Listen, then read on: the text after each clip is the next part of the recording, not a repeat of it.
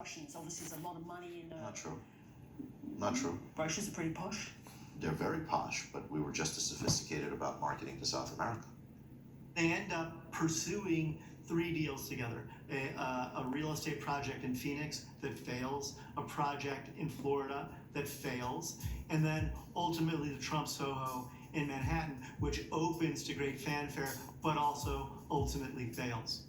Why did Bayrock keep having so much money pour into it when all the projects it was touching were failing?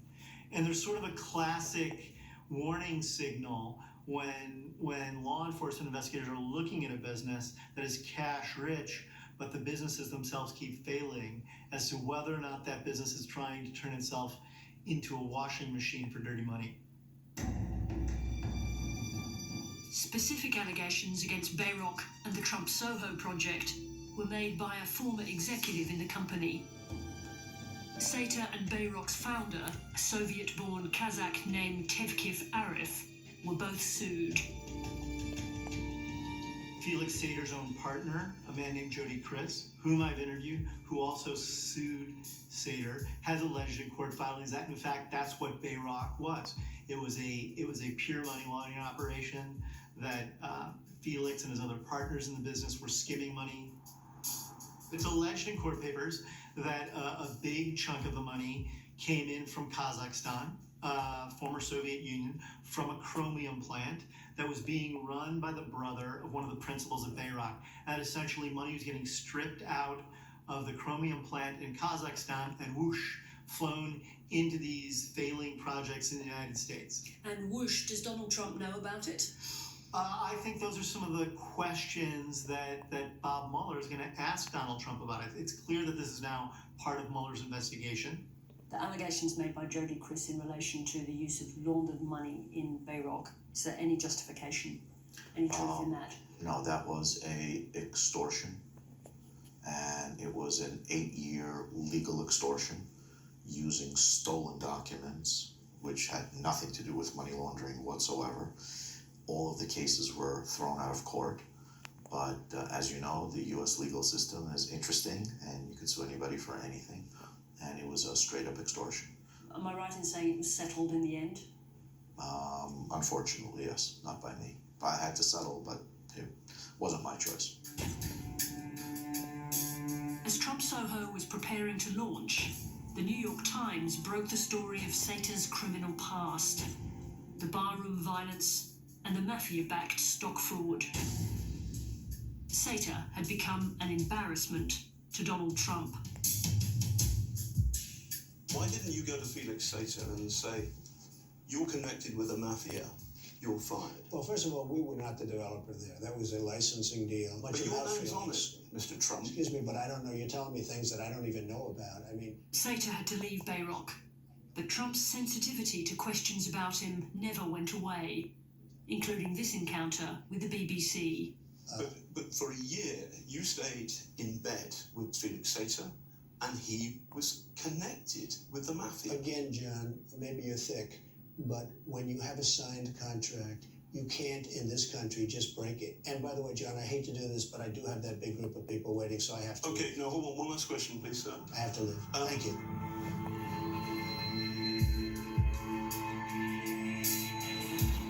After 2 years in Moscow, Sater was back at Trump Tower, this time working directly for Donald Trump, with an office and a Trump Organization business card.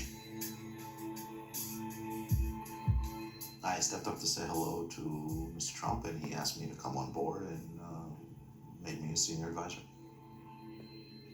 Despite their renewed partnership, Donald Trump continued to deny knowing Felix Sater. In 2013, investors who'd lost money in Trump's Florida project took Trump to court. Their lawyers wanted to know about his relationship with Felix Sater. I do. About how many times have you conversed with Mr. Sater? Over the years? Over the years, if you could ask. Not many. Not many. If he were sitting in the room right now, I really wouldn't know what he looked like. Okay. Why does Donald Trump say at certain points in his career that he doesn't know you when he does? You should ask him. Sure, but there are certain times when you've gone a little bit further, which is to acknowledge that it has been somewhat painful for you, that it has been painful for you for him to do that. Yes. So it does cause you discomfort. No, it's uncomfortable. I agree with you. I don't think Donald Trump wants to admit what he actually knows about Felix Sater, which is that Felix Sater had a mob background and a troubled legal history, because it then raises the question of why Donald Trump, as a business person, would get into bed with partners like that. And I think the answer to why he does is that if you've got a big enough bag of cash and you plant it on Donald Trump's desk, he'll do business with you, no questions asked. Despite the maestro's aggressive spruiking, Trump Soho was a financial disaster. It was foreclosed on in 2014. The Trump name was recently removed from the building's facade. But the facade around the Trump's financing of the deal seems destined for the scrutiny of a grand jury. It's clear that this is now part of Mueller's investigation. I think the reason behind that is there's a clear issue as to whether or not Donald Trump had financial quid pro quos where in his business past he did favors or had relationships for people that were tied into foreign powers who might benefit from Trump making policy changes, like, for example, lifting economic sanctions once he became president. The failure of Trump Soho and the exposure of Felix Sater's past criminal activities were not enough for Trump to sever his connections. Like Forrest Gump, Felix Sater keeps popping up in all these strange ways in different places of Trumplandia, including until very recently. Mr. Cohen, why do you think they raided your office in the hotel room? Have you talked to Mr. Trump? Trump's personal lawyer Michael Cohen is a pivotal player in Trumpland. Michael Cohen and Felix Sater are childhood friends. He was a teenager, he was a good guy, and I don't know, it was like every one of my other friends. We were all pretty aggressive and ambitious. Cohen is not the smoothest political operator you've ever met, and he has a fondness for organized crime metaphors and sounding like a thug. And he likes to threaten people. In 2015, when Donald Trump was a candidate for president, Trump, Sater, and Cohen were working together on a plan to build a Trump Tower in Moscow. Putin hates us. He hates Obama. He doesn't hate us. I think he'd like me. I'd get along great with him, I think. Want to know the truth? This is October of 2015. The debates are beginning. It's the run-up to the primary. Everybody has been baffled at this point, or many people in the press have been baffled by why Donald Trump keeps saying nice things about Vladimir Putin. He's a repressive dictator. What is this strange infatuation that Trump has for Putin? Nobody can figure it out, but it is worth knowing, which nobody did at the time, that Trump was trying to do a business deal in Russia, and you needed Putin's approval. So how enthusiastic was Donald Trump about the project? You'll have to ask Donald Trump because I didn't speak to him about it directly. But you must have got a read from Michael Cohen, otherwise you wouldn't put your reputation on the line to start picking up the phone and making the calls if you didn't think you had his buy-in. Oh, I knew I had to buy it. I spoke to Michael, he said, let's go. That was it, that's all it takes. We do know that Trump, as a candidate, signed a letter of intent on the Moscow project, indicating he had knowledge there was something that was going to be done in Moscow. He had knowledge of who the people on his side of the deal were. Sater and Cohen's emails about the Moscow proposal are freighted with excitement. Dear Michael, please have Mr. Trump countersigned, signed, and sent back. Let's make this happen and build a Trump Moscow, and possibly fix relations between the two countries. That should be Putin's message as well, and we will help make him agree on that message. Sincerely, Felix Sater. Trump's previous attempts to build in Moscow had failed. Because of the campaign, obviously he was very well known worldwide, and I thought that would put it over the top. In November, Sater emailed Cohen, Michael, buddy, our boy can become president of the USA, and we can engineer it. I will get all of Putin's team to buy in on this. Needed support and approval in Russia by the mayor as well as all the way up to Vladimir Putin. So there was a important component of needing to get his buy-in to get this building built and financed, because it had to be financed by local Russian banks. Sater's most audacious move was to propose a joint event in Moscow with Putin and Trump during the campaign. We were hoping that he would go for the ribbon cutting of the project, and we would try to get both him and Putin on stage for the ribbon cutting, which, we hoped that, yes, they would go off and start negotiating peace in our time.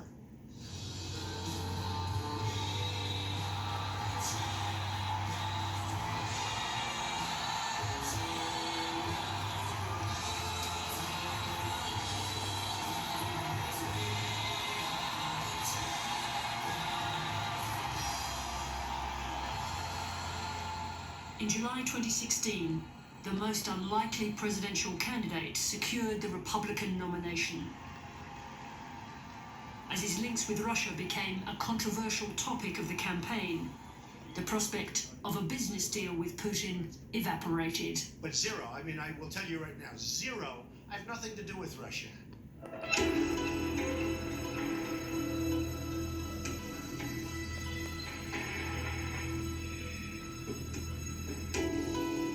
Questions about collusion with Russia have swirled around Trump ever since.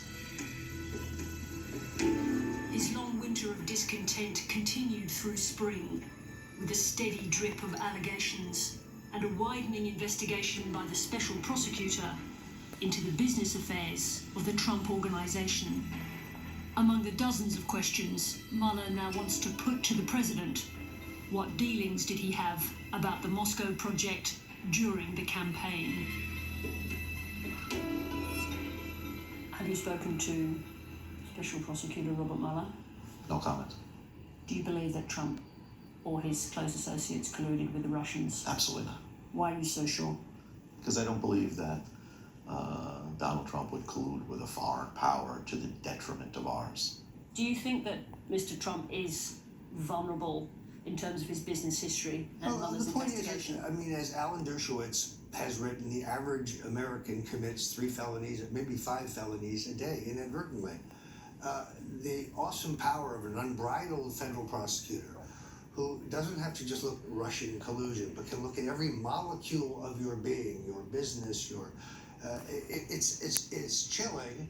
The Russian collusion delusion is the greatest political dirty trick of all. It's a hoax. It's a fairy tale.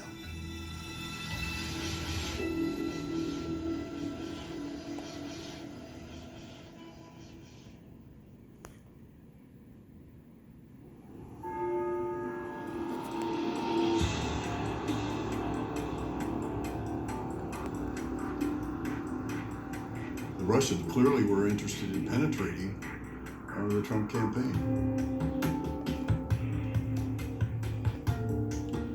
I really heard a different person. It was not George anymore. It was scared to death. I think Vladimir Putin realizes he could inject this virus into our political system and set us fighting against each other. It's similar to the Salem witch trials many centuries ago. In every way, it's a witch hunt.